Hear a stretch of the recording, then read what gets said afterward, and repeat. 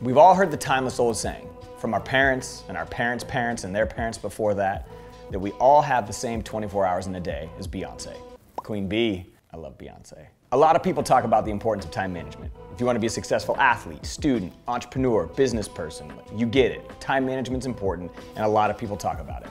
Everyone manages their time differently. Some of us have sticky notes, some of us set reminders on our phone, some of us love to have a planner. We all try to manage our time well. But the thing that happens to all of us is we get distracted. And the thing about distractions is it destroys productivity. And here's what I mean by that. It can take 23 minutes after being distracted to regain focus.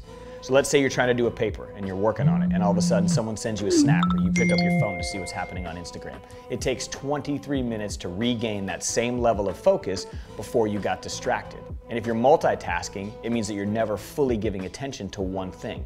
Distractions destroy productivity. Some of your biggest distractions, they come from what you think about. A lot of you guys are thinking about the right thing, but at the wrong time and for the wrong reasons. Some of you guys are so focused on what's happening this weekend that you're not worrying about what's going on in class this week. Some of you guys are caught up in what job you're going to get in 10 years, but you're not focusing on the test you're taking in 10 minutes. The key to not getting distracted is you have to identify what the problem is. And for most of us, this is the problem right here. It's our phones. In a recent Twitter poll I did, 34% of you told me that you spend over 5 hours a day on your phone. I want everybody to pull out their phones real quick. I'm serious. Everybody watching this, grab your phone, including the teacher that hit play on this video. Grab your phone and head to settings. In settings, there's a function that says battery.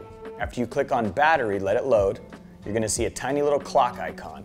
Click that little clock icon and it'll show you exactly how many hours you've spent in a day or even a week on your phone. And then add it up. Add up all that time that you've spent on your phone and see exactly how many hours you've been distracted by your phone. And what happens when you get distracted is you start to procrastinate. And we all do this. We all procrastinate. That paper that you should have spent 2 hours on, now you only have 30 minutes to do. Some of you say, I'm only gonna play Fortnite for an hour, and next thing you know, it's 1 a.m. Some of you guys just keep telling yourself, just one more episode and then I'm done. And before you know it, you've watched the entire season. We all find ways to get distracted, and distractions leads to procrastination. When I wanted to write my book, I told myself the only way I was going to be able to do it is if I wasn't distracted. So I did what I call a digital detox. If you want to learn more about how to do a digital detox, check out this episode of The Harbor. And that's why I think it's so important to unplug. I think it's so important to take time to do a digital detox. And it's not just an opportunity for me to connect with my friends. It's not just an opportunity for me to connect with my family, but it's an opportunity for me to connect with myself. You know, I get rid of all of my apps. I put away my laptop. It's not just my phone and my computer. I get rid of all screens. It's a chance for me to recharge. It's an opportunity for me to regroup. And I begin to find this new rhythm to my own life. What a digital detox means is you literally just delete this as a distraction. So that's what I did. I got rid of my apps. I put my phone on Do Not Disturb or airplane mode, and I literally focused every hour of my day to writing this book dedicated toward the thing I wanted to get done. It took me 60 days to write a book when it can take people years to write a book.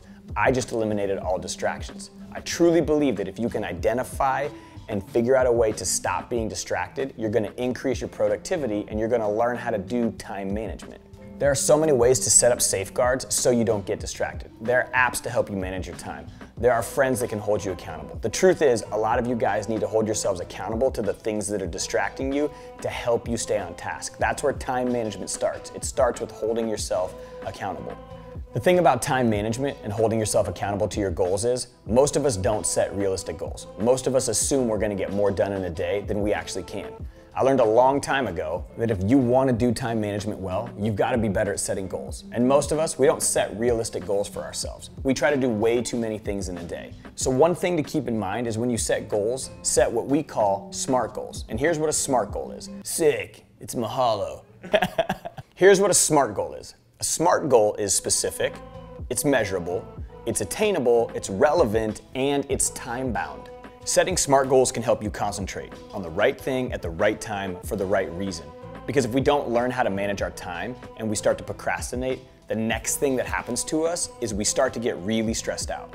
When we get stressed, we start to develop unhealthy habits like overeating or substance abuse. Some of you guys shut down or you freak out on the people closest to you. It's so important when you feel stressed to find healthy ways to cope. You've got to find healthy ways to manage your stress. Maybe it's doing yoga or meditating, going for a walk, working out, reading a book, drawing, playing music. Maybe it's getting a cup of coffee. Find something you love to do that gives you energy and do that when you get stressed out. For me, I love riding my motorcycle. It gives me a chance to gather my thoughts, it gives me a chance to recharge, and it just gives me a break from the day-to-day things that stress me out. It's crucial that you find something that you love to do that can give you a break from that stress.